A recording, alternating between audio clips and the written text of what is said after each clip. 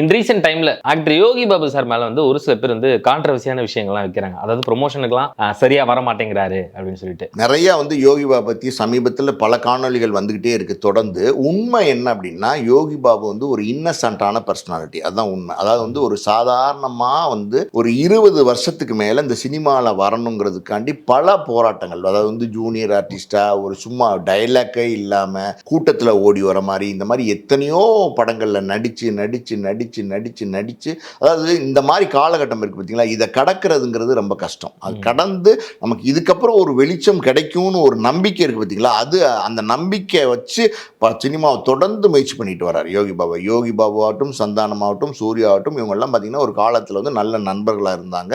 தொடர்ந்து பல முயற்சிகள், சூரிய ஒரு பக்கம் முயற்சி பண்ணார், சந்தானம் ஒரு பக்கம் முயற்சி பண்ணார். ஆனால் யோகி பாபுவோட முயற்சியெல்லாம் பார்த்தீங்கன்னா கடுமையான முயற்சி. அதாவது அந்த மாதிரியான ஒரு முயற்சி கிடைச்சி ஒரு காலகட்டத்துக்கு அப்புறம் பார்த்தீங்கன்னா யோகி பாபு வந்து காமெடியை ஒத்துக்கிறாங்க.